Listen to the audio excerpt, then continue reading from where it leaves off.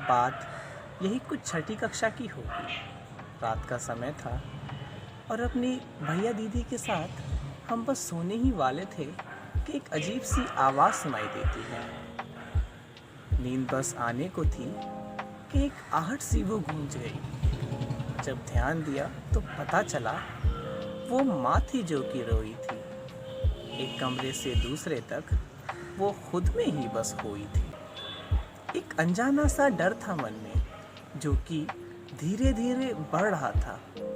उस डर को बस में रख कर जब हम पहुँचे माँ के पास तो देखा एक चेहरा जिसने एक नए सफ़र की शुरुआत की। वो सफ़र थी हमारे बढ़ने की। वो सफ़र थी हमारे संभलने की।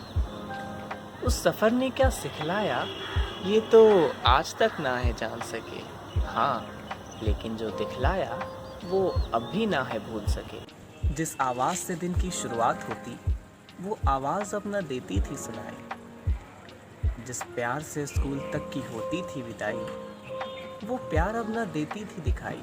क्योंकि माँ अगले ही दिन नानी घर को रवाना हो चुकी थी। भले ही कुछ ही दूर है नानी घर मेरा, भले ही कुछ ही दूर है नानी घर मेरा, अब वो दूरी भी लंबी मालूम पड़ती है।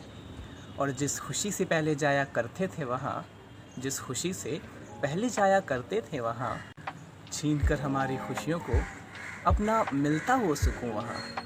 स्कूल से वापस आकर जब एक चेहरा कर देता था सारी थकान को फना, ये उस चेहरे का कमाल था जो कि अब कई दिनों से था लापता। दिन गुजरे, सप्ताह और महीने भी गुजरे। आज 6 महीने हैं बीत चुके। इस बीच हम कई बार है माँ से मिल चुके। कभी याद हमारी आती उनको तो पूछा वो भी करते थे, मगर अगले ही पल अनजान बने मुँह फेर हमसे ही लेते थे। एक अनचाही उदासी सदा चेहरे पर दिखी, मानो कुछ कहना हो हमसे मगर चाह कर भी ना कह सकी। लोगों का तो काम है कहना, वो तो कहते ही रहते हैं। माँ पर हो गया है असर किसी का जो साथ अब हमारे रहते हैं। फिर जब कहानी कई सुनाई पड़ी तो जो हुआ वो शर्म का भागी था। अब एक बच्चा डर कर माँ से अपने कुछ दूरी पर ही रहता था। इन 6 महीनों में मैंने भैया को समय से पहले बढ़ते देखा है। इन 6 महीनों में मैंने दी को माँ सा बनते देखा है। जब देखा पापा को अपने तो बस सब्र ही तो करते देखा है। आज बाद इतने महीनों के माँ घर को है लौट आई।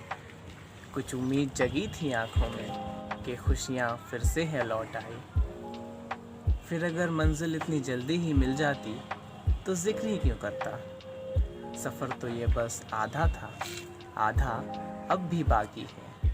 एक वक्फे के बाद भी वो गूंज अब भी बाकी है। कभी खुद से ही बातें करना, कभी खुद में ही हंसते रहना, कभी हमें देखकर चुप हो जाना, कभी खुद में ही रोते रहना। ये बातें आम थी उन दिनों जब एक नया शख्स साथ हमारे रहता था। जब वक्त था इलाज का तो 2 रास्ते थे अपनाए। एक ओर था मौलाना तो एक ओर थे हम सारे।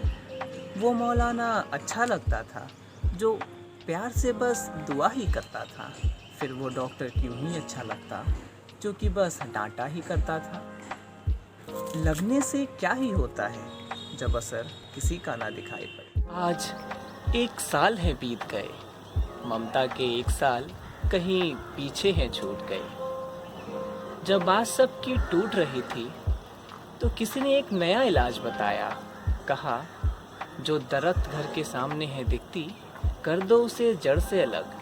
दे दी ये कुर्बानी तो मिल जाएगी माँ वापस तुम्हें। जब आस टूटने को होती है तो इंसान उसे बचाए रखने के लिए कुछ भी करने को तैयार होता है। सो हमने भी वही किया। अब देखना ये था कि इसका कुछ असर हुआ भी कि नहीं। जब देखा तो पता चला माँ वापस थी आ रही। हालत में उनके सुधार और दिल में हमारी राहत थी आ रही। अब मसला ये था कि क्या मान लें इस पेड़ को ही मुजरिम अपनी मुश्किलों का, या कुछ और भी था जो कि अनदेखा रह गया था इन आँखों से।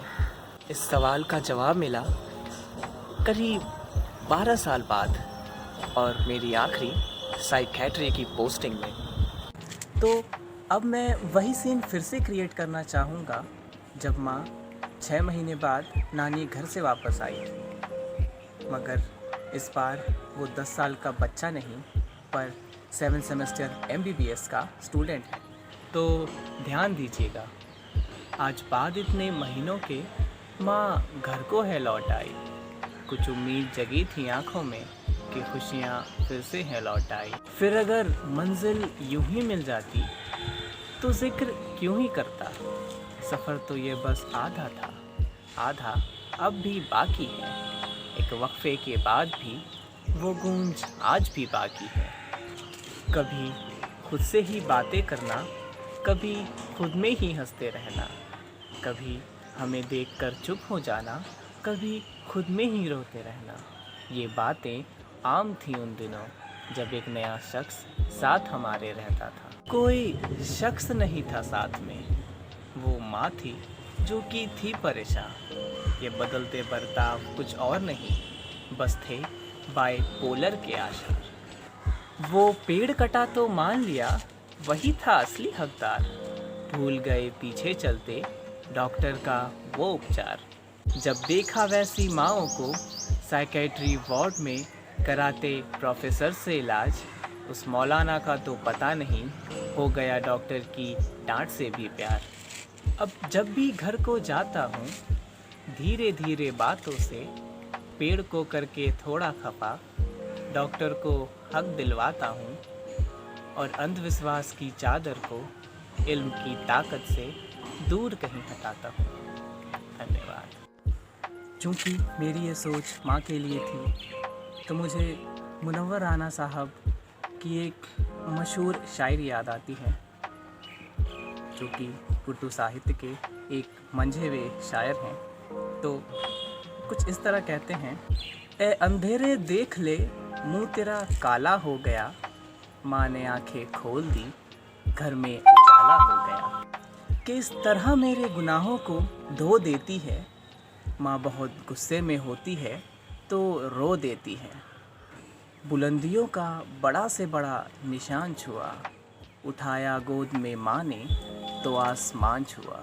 किसी को घर मिला हिस्से में, किसी को दुकान आई, मैं घर में सबसे छोटा था, मेरे हिस्से में माँ आई। शुक्रिया।